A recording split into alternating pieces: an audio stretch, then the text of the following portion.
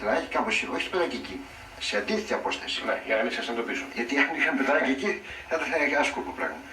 Και όταν είδαμε ότι δεν υπάρχει καμιά εμφάνιση από πουθενά, προχωρήσαμε από εδώ είναι ίσονες και ανεβήκαμε στο σημείο που είναι ο ιστός, όπου είναι το Μπελβεντέρε. Δεν έχετε άλλη φωτογραφία από εκεί? Δεν έχω. Εκεί ανεβήκαμε, εκεί. Αυτό είναι. Αυτό είναι το Μπελβεντέρε.